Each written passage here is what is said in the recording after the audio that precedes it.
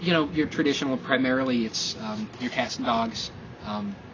You take, like, insofar as what Americans own, I think it's like 36% cats, 32% dogs, and so that leaves you, the rest for everything else.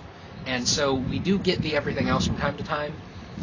Birds are not uncommon at all. A lot of people around here have parrots and canaries and small birds. Every once in a while you get a large one.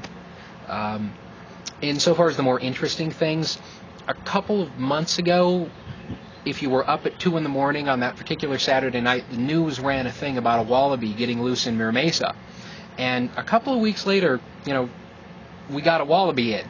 And it was actually, the drivers came back and they were like, "Hey James, come here, we got a wallaby." And I'm, okay, so you go out and yeah, it's a wallaby. I think we've only had the one. The man who runs our crematorium swears to God he once cremated a caterpillar for some little girl. But other than that, you get what you would expect. Iguanas come through quite a lot. I guess they're a pretty common reptile pet. And I'll tell you, an iguana dead looks exactly like an iguana sleeping, so you're always very, very careful. But that's primarily it. Hamsters, things like that. You get a lot of rabbits. People who like rats love rats.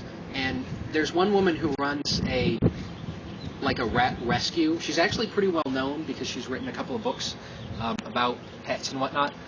And what they do, though, that's odd to me is that the rat rescue saves the remains until they have a bunch and then they bring them in. And so you get like a cooler full of like a frozen rat cube, and that's always interesting.